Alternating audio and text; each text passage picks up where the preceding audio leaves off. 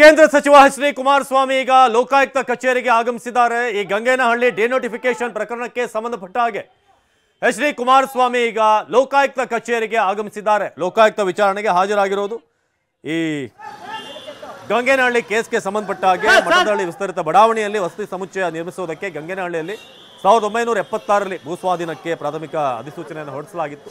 So ಈ ಒಂದು ಕೇಸ್ಗೆ ಸಂಬಂಧಪಟ್ಟ ಹಾಗೆ ಅಂದ್ರೆ ಹಿಂದೆ ಯಡಿಯೂರಪ್ಪ ಮುಖ್ಯಮಂತ್ರಿ ಆಗಿದ್ದಾಗ ಏನಾಗಿತ್ತು, ಸುದಾದ ನಂತರ ಎಚ್ ಡಿ ಕುಮಾರಸ್ವಾಮಿ ಅವರು ಮುಖ್ಯಮಂತ್ರಿ ಆದ ಸಂದರ್ಭದಲ್ಲಿ ಏನಾಯಿತು, ಇದೆಲ್ಲದರ ಬಗ್ಗೆ ಕೂಡ ಒಂದು ದೂರನ್ನು ಕೊಡಲಾಗಿದೆ. ಈ ಡಿನೋಟಿಫಿಕೇಶನ್ ಸಂಬಂಧಪಟ್ಟ ಹಾಗೆ 1 ಎಕರೆ 11 ಗುಂಟೆ ಜಾಗ, ಸೊ ಆ ಒಂದು ಜಾಗವನ್ನು ಡಿನೋಟಿಫೈ ಮಾಡಿದಂಥ ವಿಚಾರಕ್ಕೆ ಸಂಬಂಧಪಟ್ಟ ಹಾಗೆ BS ಯಡಿಯೂರಪ್ಪ ಈಗಾಗಲೇ ವಿಚಾರಣೆಯನ್ನು ಎದುರಿಸಿದ್ದಾರೆ. ಈಗ ಎಚ್ ಡಿ ಕುಮಾರಸ್ವಾಮಿ ಕೂಡ ವಿಚಾರಣೆಗೆ ಮುಂದಾಗ್ತಿದ್ದಾರೆ. ಬೆಂಗಳೂರಿನ ಗಂಗೇನಹಳ್ಳಿ ಅಂದರೆ ಈಗಿನ ಗಂಗಾನಗರ 1 ಎಕರೆ 11 ಗುಂಟೆ ಏನಿದೆ ಅದರೊಂದು ಡಿನೋಟಿಫಿಕೇಶನ್ ಸಂಬಂಧಪಟ್ಟ ಹಾಗೆ ಲೋಕಾಯುಕ್ತ ಪೊಲೀಸರು ಈಗಾಗಲೇ ಮಾಜಿ ಮುಖ್ಯಮಂತ್ರಿ BS ಅವರನ್ನ ಶನಿವಾರ ವಿಚಾರಣೆಗೆ ಒಳಪಡಿಸಿದ್ರು. ಆದರೆ ಈಗ ಎಚ್ ಡಿ ಕುಮಾರಸ್ವಾಮಿ ಈ ಕೇಸ್ನಲ್ಲಿ ಈಗ ವಿಚಾರಣೆಗೆ ಎದುರಾಗ್ತಿದ್ದಾರೆ. ಏರ್ಪೋರ್ಟ್ನಿಂದ ನೇರವಾಗಿ ಲೋಕಾಯುಕ್ತ ಕಚೇರಿಗೆ ಆಗಮಿಸಿದ್ರು. ಸೊ HDK ವಿರುದ್ಧ ಈ ಗಂಗೇನಹಳ್ಳಿ ಡಿನೋಟಿಫಿಕೇಶನ್ ಸಂಬಂಧಪಟ್ಟ ಹಾಗೆ ಏನು ದೂರಿದೆ, ಇದಕ್ಕೆ ಸಂಬಂಧಪಟ್ಟ ಹಾಗೆ ಈಗ ವಿಚಾರಣೆಗೆ ಹಾಜರಾಗ್ತಿದ್ದಾರೆ. ಈ ಜಮೀನನ್ನ ಭೂಸ್ವಾಧೀನದಿಂದ ಕೈ ಬಿಡುವಂತೆ ರಾಜಶೇಖರ ಎನ್ನವರು 2007ರಲ್ಲಿ ಅಂದಿನ ಮುಖ್ಯಮಂತ್ರಿ ಕುಮಾರಸ್ವಾಮಿ ಅವರಿಗೆ ಮನವಿಯನ್ನ ಸಲ್ಲಿಸಿದ್ರು. ಡಿನೋಟಿಫಿಕೇಶನ್ ಸಾಧ್ಯ ಇಲ್ಲ ಅಂತ ಅಧಿಕಾರಿಗಳು ಹೇಳಿದ್ರು ಆ ಸಂದರ್ಭದಲ್ಲಿ.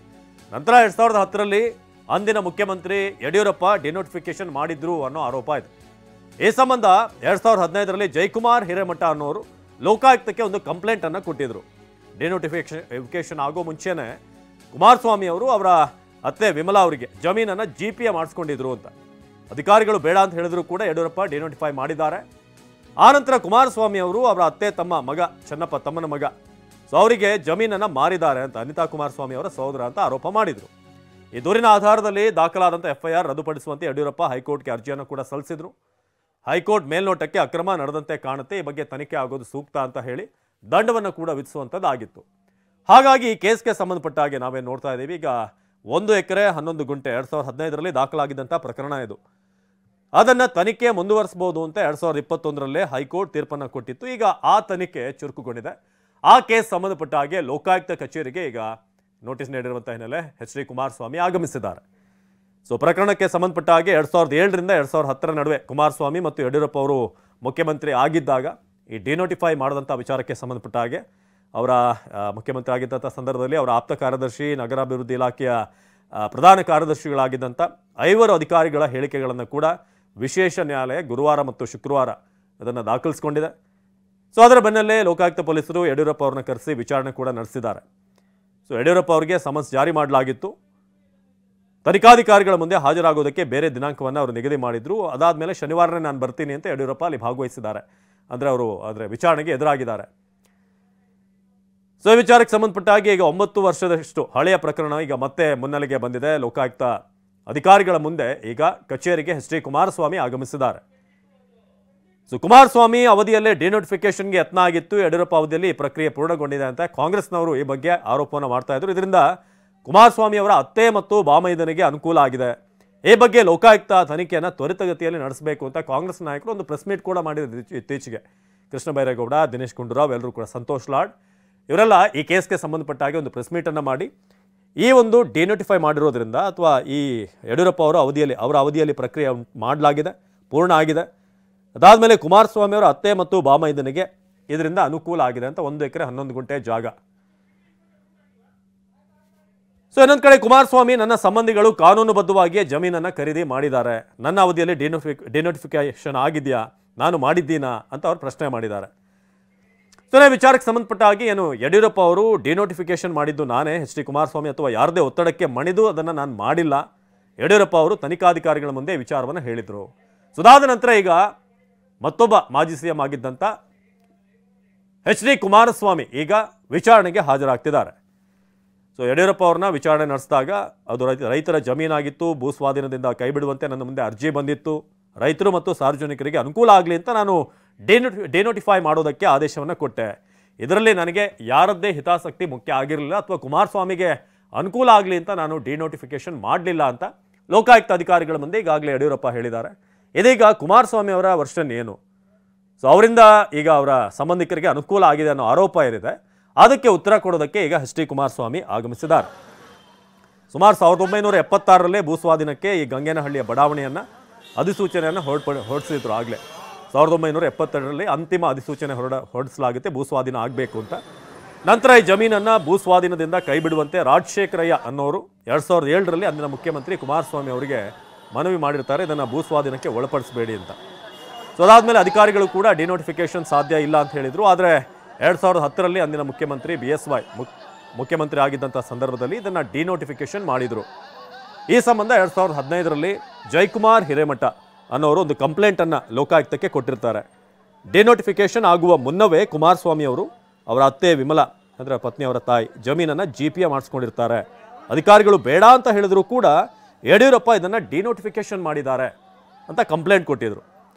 ಅದಾದ ನಂತರ ಕುಮಾರಸ್ವಾಮಿ ಅವರ ಅತ್ತೆ ತಮ್ಮನ ಮಗೇನು ಚನ್ನಪ್ಪ, ಸೊ ಅವರಿಗೆ ಈ ಒಂದು ಜಮೀನನ್ನು ಮಾರಿದ್ದಾರೆ ಅನ್ನೋದು ಈ ದೂರಿನ ಆಧಾರದಲ್ಲಿ ದಾಖಲಾದಂಥ FIRನ ರದ್ದುಪಡಿಸಬೇಕು ಅಂತ ಕೂಡ ಯಡಿಯೂರಪ್ಪ ಹೈಕೋರ್ಟ್ಗೆ ಅರ್ಜಿಯನ್ನು ಸಲ್ಲಿಸಿದರು. ಆದರೆ ಹೈಕೋರ್ಟ್ ಅದನ್ನು ಪುರಸ್ಕರಿಸದೆ ಮೇಲ್ನೋಟಕ್ಕೆ ಅಕ್ರಮ ನಡೆದ ಹಾಗಿದೆ, ತನಿಖೆ ಆಗುವುದು ಸೂಕ್ತ ಅಂತ ಆದೇಶವನ್ನು ಹೊರಡಿಸಲಾಗಿತ್ತು. ಹೇಗೆ ಬುಡಾ ಪ್ರಕರಣಕ್ಕೆ ಸಂಬಂಧಪಟ್ಟ ಹಾಗೆ ಈಗ ಮೇಲ್ನೋಟಕ್ಕೆ ಅಕ್ರಮ ಆಗಿದೆ ಅನ್ನೋ ರೀತಿಯಾಗಿದೆ. ಸೊ ಅದಕ್ಕೆ ಒಂದು ತನಿಖೆ ಆದರೆ ಇದರಲ್ಲಿ ಅಕ್ರಮ ಆಗಿದೆಯಾ ಇಲ್ವಾ ಅನ್ನೋದು ಗೊತ್ತಾಗುತ್ತೆ ಅಂತ. ಗಂಗೇನಹಳ್ಳಿ ಡಿನೋಟಿಫಿಕೇಶನ್ ಸಂಬಂಧಪಟ್ಟ ಹಾಗೆ ಎಚ್ ಡಿ ಕುಮಾರಸ್ವಾಮಿ ಕೇಂದ್ರ ಸಚಿವರು ಮಾಜಿ ಮುಖ್ಯಮಂತ್ರಿಗಳು ಈಗ ಲೋಕಾಯುಕ್ತ ಕಚೇರಿಗೆ ಆಗಮಿಸಿದ್ದಾರೆ ವಿಚಾರಣೆಯನ್ನು ಎದುರಿಸೋದಕ್ಕೆ. ಲೋಕಾಯುಕ್ತ ವಿಚಾರಣೆಗೆ ಹಾಜರಾದಂಥ ಕುಮಾರಸ್ವಾಮಿ ಈ ಗಂಗೇನಹಳ್ಳಿಯ 1 ಎಕರೆ 11 ಗುಂಟೆ ಜಾಗ ಸಂಬಂಧಪಟ್ಟ ಹಾಗೆ ಏನು ಡಿನೋಟಿಫೈ ಆಗಿರುವಂಥ ವಿಚಾರಕ್ಕೆ ಸಂಬಂಧಪಟ್ಟ ಹಾಗೆ ಏರ್ಪೋರ್ಟ್ನಿಂದ ನೇರವಾಗಿ ಲೋಕಾ ಕಚೇರಿಗೆ ಆಗಮಿಸಿದ್ರು. ಆ ಒಂದು ದೃಶ್ಯಗಳನ್ನು ನೋಡ್ತಾ ಇದ್ದಾರೆ. ಸೊ HDK ವಿರುದ್ಧ ಗಂಗೇನಹಳ್ಳಿ ಡಿನೋಟಿಫಿಕೇಶನ್ ಪ್ರಕರಣ ಒಂದು ಕಡೆ ಮುಡಾ ವಿಚಾರವಾಗಿ CM ಸಿದ್ದರಾಮಯ್ಯ ಅವರಿಗೆ ಹಾಲಿ CM ಅವರಿಗೆ ಸಂಕಷ್ಟ ಎದುರಾಗ್ತಿದ್ರೆ, ಇನ್ನು ಈ ಹಳೆ ಕೇಸ್ಗೆ ಸಂಬಂಧಪಟ್ಟ ಹಾಗೆ 2015ರಲ್ಲಿ ಏನು ಕಂಪ್ಲೇಂಟನ್ನು ಕೊಡಲಾಗಿತ್ತು ಲೋಕಾಯುಕ್ತಕ್ಕೆ. ಸೊ ಇದಕ್ಕೆ ಸಂಬಂಧಪಟ್ಟ ಹಾಗೆ ಈಗ ಕುಮಾರಸ್ವಾಮಿ ಅವರು ವಿಚಾರಣೆಗೆ ಹಾಜರಾಗ್ತಿದ್ದಾರೆ. ನಮ್ಮ ಕ್ರೈಮ್ ಹೆಡ್ ಕಿರಣ್ ಈ ಬಗ್ಗೆ ಹೆಚ್ಚಿನ ಮಾಹಿತಿಯನ್ನು ಮುಂದಿನ ಹಂತದಲ್ಲಿ ನೀಡ್ತಾರೆ. ಈಗ ಲೋಕಾಯುಕ್ತ ವಿಚಾರಣೆಗೆ ಕುಮಾರಸ್ವಾಮಿ ಮಾಹಿತಿಯನ್ನು ಈಗ ಅಂದರೆ ಅವರ ಒಂದು ವರ್ಷನನ್ನು ತಿಳಿಸೋದಕ್ಕೆ ಈಗ ಆಗಮಿಸಿದ್ದಾರೆ. ಸೊ ನಮ್ಮ ಕ್ರೈಮ್ ಹೆಡ್ ಕಿರಣ್ ಈ ಬಗ್ಗೆ ಹೆಚ್ಚಿನ ಮಾಹಿತಿಯನ್ನು ನೀಡ್ತಾರೆ ನೇರ ಸಂಪರ್ಕದಲ್ಲಿ. ಕಿರಣ್, ಸುಮಾರು 1 ಎಕರೆ 11 ಗುಂಟೆ ಜಾಗ ಭೂಸ್ವಾಧೀನ ಮಾಡ್ಬೋದಾಗಿತ್ತು, ಆದರೆ ಡಿನೋಟಿಫೈ ವಿಚಾರವಾಗಿ ಅನುಕೂಲ ಮಾಡಿಕೊಡ್ಲಾಗಿದೆ. ಕುಮಾರಸ್ವಾಮಿ ಅವರಿಗೆ ಅನುಕೂಲ ಮಾಡಿಕೊಡೋಕೆ ಹಿಂದೆ BSY ಅವರು ಮುಖ್ಯಮಂತ್ರಿ ಆಗಿದ್ದಂಥ ಸಂದರ್ಭದಲ್ಲಿ ಒಂದು ನಿರ್ಧಾರವನ್ನು ಕೈಗೊಂಡ್ರು ಅನ್ನೋ ಆರೋಪ. ಸೊ 2015ರಲ್ಲಿ ಏನು ಕೇಸ್ ದಾಖಲಾಗಿತ್ತು ಲೋಕಾಯುಕ್ತಕ್ಕೆ, ಈಗ ಮತ್ತೆ ಅದು ಓಪನ್ ಆಗಿದೆ ಫೈಲ್. ಸೊ ಇವತ್ತು ಏನೇ ನಿರೀಕ್ಷೆ ಮಾಡ್ಬೋದು? ಸದ್ಯಕ್ಕಿರುವಂಥ ಆರೋಪಗಳು ಕುಮಾರಸ್ವಾಮಿ ಅವ್ರ ಮೇಲೆ ಏನಿದೆ ಅಂತ? ಅವಿನಾಶ್, ಮುಖ್ಯವಾಗಿ 2015ರಲ್ಲಿ ಏನು ಈ ಒಂದು ಪ್ರಕರಣ ಹೊರಗಡೆ ಬಂತು, ಮುಖ್ಯಮಂತ್ರಿಗಳಾಗಿದ್ದಾಗ BS ಯಡಿಯೂರಪ್ಪ ಅವರು 1 ಎಕರೆ 11 ಗುಂಟೆ ಗಂಗೇನಹಳ್ಳಿಯಲ್ಲಿ ಈ ಒಂದು ಡಿನೋಟಿಫೈ ಮಾಡಿದ್ದಾರೆ ಅನ್ನೋ ಒಂದು ವಿಚಾರಕ್ಕೆ ಸಂಬಂಧಪಟ್ಟಂತೆ ಈಗಾಗಲೇ ಕೇಸ್ ರಿಜಿಸ್ಟರ್, ಈಗ ಮತ್ತೆ ಆ ಕೇಸ್ಗೆ ಜೀವ ಬಂದಿದೆ ಅಂತಲೇ ಹೇಳ್ಬೋದು. ಕಳೆದ ವಾರ ಮಾಜಿ ಮುಖ್ಯಮಂತ್ರಿ ಯಡಿಯೂರಪ್ಪ ಅವರು ಕೂಡ ಲೋಕಾಯುಕ್ತ ಪೊಲೀಸರು ವಿಚಾರಣೆಗೆ ಕರೆದಿದ್ರು. ಲೋಕಾಯುಕ್ತ ಪೊಲೀಸರು ಸುಮಾರು ಒಂದು 3 ಗಂಟೆಗಳ ಕಾಲ ಅವರ ವಿಚಾರಣೆಗೆ ಹಾಜರಾಗಿ ಎಲ್ಲ ಮಾಹಿತಿಯನ್ನು ಕೊಟ್ಟಿದ್ರು. ಇದೀಗ ಮತ್ತೆ ಅದೇ ಪ್ರಕರಣದಲ್ಲಿ A1 ಆರೋಪಿ ಆಗಿದ್ದಂಥ ಯಡಿಯೂರಪ್ಪ ಅವ್ರಿಗೆ ಈಗಾಗಲೇ ವಿಚಾರಣೆ ಮಾಡಿದೆ. A2 ಇಲ್ಲಿ ಮಾಜಿ ಮುಖ್ಯಮಂತ್ರಿ ಕುಮಾರಸ್ವಾಮಿ ಅವ್ರಿಗೆ ಇತ್ತು. ಈ ಸಂಬಂಧಪಟ್ಟಂತೆ ಅವ್ರಿಗೂ ಕೂಡ ಸೋಮವಾರಕ್ಕೆ ನೋಟಿಸ್ ಕೊಟ್ಟಿದ್ರು ಹಾಜರಾಗಬೇಕು ಅಂತ. ಆದರೆ ಸೋಮವಾರ ನಂಗೆ ಬೇರೆ ಕಾರ್ಯಕ್ರಮಗಳಿದೆ, ಹಾಗಾಗಿ ನಾನು 2 ದಿನ ಮುಂಚೆನೇ ಬರ್ತೀನಿ, ಅವಕಾಶ ಕೊಟ್ಟರೆ ಬರ್ತೀನಿ ಅಂತ ಹೇಳಿ ಅವರು ಈ ದಿನ ಇವಾಗ ಈ ಒಂದು ನೇರವಾಗಿ ದೆಹಲಿಯಿಂದ ಬಂದು ಏರ್ಪೋರ್ಟಿಂದ ನೇರವಾಗಿ ಈಗ ಲೋಕಾಯುಕ್ತ ಕಚೇರಿಗೆ ಬಂದಿದ್ದಾರೆ. ಅಲ್ಲಿ ಪೊಲೀಸರು ಇವರ ಒಂದು ಹೇಳಿಕೆಯನ್ನು ಸಂಬಂಧಪಟ್ಟಂತೆ ಆವಾಗ ಏನು ಕಾನೂನುಬಾಹಿರವಾಗಿ ಈ ಒಂದು ಡಿನೋಟಿಫೈ ಆಗಿದೆ, ಯಾಕೆಂತಂದರೆ ಇವರು ಮುಖ್ಯಮಂತ್ರಿ ಆಗಿದ್ದಾಗಲೂ ಕೂಡ ಆ ಒಂದು ಫೈಲ್ ಬಂದಿತ್ತು, ಅದಕ್ಕೂ ಕೂಡ ಇವರು ಟಿಪ್ಪಣಿಯನ್ನು ಕೂಡ ಬರೆದಿದ್ರು. ಈ ಸಂಬಂಧಪಟ್ಟಂತೆ ನಂತರ ಇವರು ಕೆಳಗೆ ಇಳಿದ ನಂತರ ಯಡಿಯೂರಪ್ಪ ಅವರು ಮುಖ್ಯಮಂತ್ರಿ ಆಗಿದ್ದಾಗ ಆ ಫೈಲು ಕ್ಲಿಯರ್ ಆಗಿ ಹೋಗಿತ್ತು. ಈ ಸಂಬಂಧಪಟ್ಟಂತೆ ಕಾನೂನು ಬಾಹಿರವಾಗಿ ಅಥವಾ ಸರ್ಕಾರಕ್ಕೆ ಇದರಿಂದ ಏನಾರ ನಷ್ಟ ಆಗಿದೆ, ಈಗೆಲ್ಲವೂ ಕೂಡ ದಿಕ್ಕಿನಲ್ಲಿ ಪೊಲೀಸರು ಈಗಾಗಲೇ ಲೋಕಾಯುಕ್ತ ಪೊಲೀಸರು ತನಿಖೆ ಮಾಡ್ತಾ ಇದ್ದಾರೆ. ಒಟ್ಟಾರೆ ಇವರ ಹೇಳಿಕೆಯನ್ನು ಪಡೆದ ನಂತರ ಮುಂದಿನ ಹಂತದ ಕ್ರಮಕ್ಕೆ ಲೋಕಾಯುಕ್ತ ಪೊಲೀಸರು ನಿರ್ಧಾರ ಮಾಡ್ತಾರೆ. ಅವಿನಾಶ್, ಕಿರಣ್, ನಾವಿಲ್ಲಿ ಗಮನಿಸ್ತಾ ಇದ್ರೆ ಯಡಿಯೂರಪ್ಪ ಅವರು ಈಗ ಮೊನ್ನೆ ಇತ್ತೀಚೆಗೆ ಶನಿವಾರ ಅವರು ಹಾಜರಾದಂಥ ಸಂದರ್ಭದಲ್ಲಿ ಇದು ಅನುಕೂಲ ಆಗುತ್ತೆ ಅಂತ, ನನಗೆ ಯಾರಿಗೂ ಕೂಡ ಹೆಲ್ಪ್ ಮಾಡುವಂತ ಅಥವಾ ಅನುಕೂಲ ಮಾಡುವಂತ ಉದ್ದೇಶ ಇರಲಿಲ್ಲ, ರೈತರಿಗೆ ಒಳ್ಳೆಯದಾಗುತ್ತೆ ಅಥವಾ ಯಾರಿಗೆ ಫಲಾನುಭವಿಗಳಿದ್ದಾರೆ ಅವರಿಗೆ ಸೂಕ್ತವಾಗಿರುತ್ತೆ ಅಂತ ನಿರ್ಧಾರವನ್ನು ಕೈಗೊಂಡೆ ಅಂತ. ಆದರೆ ಕುಮಾರಸ್ವಾಮಿ ಅವರ ಸಂಬಂಧಿಕರಿಗೆ ಇಲ್ಲಿ ಹೆಲ್ಪ್ ಆಗಿದೆ ಅನ್ನೊಂದು ವಿಚಾರ, ಜೊತೆಗೆ ಈ ಹಿರೇಮಠ ಅವ್ರು ಕೊಟ್ಟಂತ ಕಂಪ್ಲೇಂಟ್ ಏನಿದೆ, ಬೇರೆ ಏನೇನು ಆರೋಪಗಳನ್ನು ಮಾಡಿದ್ದಾರೆ ಅಂತ, ಎಕ್ಸಾಕ್ಟ್ಲಿ ಇಬ್ಬರ ಪಾತ್ರ ಏನಿದೆ ಅನ್ನೋದು ಅವರ ಆರೋಪ ಅಂತ. ಯಡಿಯೂರಪ್ಪ ಒಂದು ಕಡೆ, ಕುಮಾರಸ್ವಾಮಿ. ಈಗಾಗಲೇ ಇಬ್ಬರು ಮೇಲೂ ಕೂಡ ಈಗಾಗಲೇ FIR ದಾಖಲಾಗಿಸ್ಕೊಂಡು ತನಿಖೆಯನ್ನು ಲೋಕಾಯುಕ್ತ ಪೊಲೀಸರು ಮಾಡ್ತಾ ಇದ್ದಾರೆ. ಯಾವಾಗ ಈ ಒಂದು ವಿಚಾರವಾಗಿ ಮೂಢ ವಿಚಾರ ಈಗಾಗಲೇ ಹೊರಗಡೆ ಬಂದ ತಕ್ಷಣ ಇದಕ್ಕೆ ಕೂಡ ಒಂದಷ್ಟು ಹೆಚ್ಚಿನ ಒಂದು ಮಹತ್ವ ಅಂದರೆ ಆ ಫೈಲ್ನು ಕೂಡ ಮತ್ತೆ ಓಪನ್ ಮಾಡಿ ಅದಕ್ಕೆ ತನಿಖೆ ಮಾಡೋಕ್ಕೆ ಕೂಡ ಲೋಕಾಯುಕ್ತ ಪೊಲೀಸರು ಮುಂದಾಗಿದ್ರು. ಈ ಸಂಬಂಧಪಟ್ಟಂತೆ ಈಗ ಇರುವಂಥ ಮಾಹಿತಿ ಪ್ರಕಾರ ಏನು ಈ ಒಂದು ಅಂದರೆ ಡಿನೋಟಿಫೈ ಮಾಡಿರುವಂಥದ್ರೆ ಅದ್ರ ಹಿಂದೆ ಏನಿದೆ, ಅದಕ್ಕೆ ಸಂಬಂಧಪಟ್ಟ ಯಾರಿಗೆ ಅನುಕೂಲ ಮಾಡ್ಕೊಳ್ಳೋಕ್ಕೆ ಇವ್ರು ಡಿನೋಟಿಫೈ ಮಾಡ್ಕೊಂಡಿದ್ದಾರೆ, ಇದಕ್ಕೆ ಸಂಬಂಧಪಟ್ಟಂಗೆ ಏನಾರು ಕಿಕ್ ಬ್ಯಾಕ್ ತೊಗೊಂಡಿದ್ದಾರೆ ಅಥವಾ ಇವೆಲ್ಲವೂ ಕೂಡ ದಿಕ್ಕಿನಲ್ಲಿ ಕೂಡ ತನಿಖೆಯನ್ನು ಮಾಡ್ತಾ ಇದ್ದಾರೆ, ಅಥವಾ ತೊಗೊಂಡಿದ್ರು ಕೂಡ ಯಾವ ಥರ ಏನಾರ ಬೇರೆ ಏನಾರ ಇವ್ರಿಗೆ ಅವರ ರೈತರಿಗೆ ಅಥವಾ ಸಂಬಂಧಪಟ್ಟ ಯಾರು ಅರ್ಜಿ ಹಾಕಿದ್ರು ಅವರು ಏನು ಕಾರಣಕ್ಕೋಸ್ಕರ ಅರ್ಜಿ ಹಾಕಿದ್ರು, ಇವೆಲ್ಲವೂ ಕೂಡ ದಿಕ್ಕಿನಲ್ಲಿ ಈಗಾಗಲೇ ಒಂದು ರೌಂಡ್ ಯಡಿಯೂರಪ್ಪ ಅವ್ರದ್ದು ಕೂಡ ಈಗಾಗಲೇ ವಿಚಾರಣೆ ಮಾಡಿದ್ದಾರೆ, ಅವರ ಹೇಳಿಕೆಯನ್ನು ಕೂಡ ತಗೊಂಡಿದ್ದಾರೆ. ಈಗ ಅದೇ ಒಂದು ಪ್ರಕರಣದಲ್ಲಿ ಸಂಬಂಧಪಟ್ಟಂತೆ ಕುಮಾರಸ್ವಾಮಿ ಅವರ ಹೇಳಿಕೆಯನ್ನು ಈಗ ತಗೊಳಕ್ಕೆ ಇದು ಮಾಡಿದ್ದಾರೆ, ಅದಕ್ಕೆ ವಿಚಾರಣೆ ಮಾಡಿದರೆ ಬಹುಶಃ ಒಂದಷ್ಟು ಕ್ವಶನ್ಸ್ಗಳನ್ನ ಅವರು ಮುಂದೆ ಇಡ್ತಾರೆ ಅಂತ ಅನ್ಸುತ್ತೆ. ಅದಕ್ಕೆ ಅವರು ಉತ್ತರವನ್ನು ಕೊಡಬೇಕು. ಬಹುಶಃ ಅವಶ್ಯಕತೆ ಬಿದ್ದಲ್ಲಿ ಮತ್ತೊಂದ್ಸರಿ ಅವರಿಗೆ ನೋಟಿಸ್ ಕೊಟ್ಟು ಕರೆಯುವಂಥ ಸಾಧ್ಯತೆ ಇವತ್ತು ಎಷ್ಟೊತ್ತಾಗುತ್ತೆ ಏನೋ ಅನ್ನೋದನ್ನು ಕೂಡ ನೋಡಬೇಕಾಗಿದೆ. ಅವಿನಾಶ್, ಧನ್ಯವಾದ ಕಿರಣ್. ಇದು ಗಂಗೇನಹಳ್ಳಿ ಡಿನೋಟಿಫಿಕೇಶನ್ ಸಂಬಂಧಪಟ್ಟಾಗ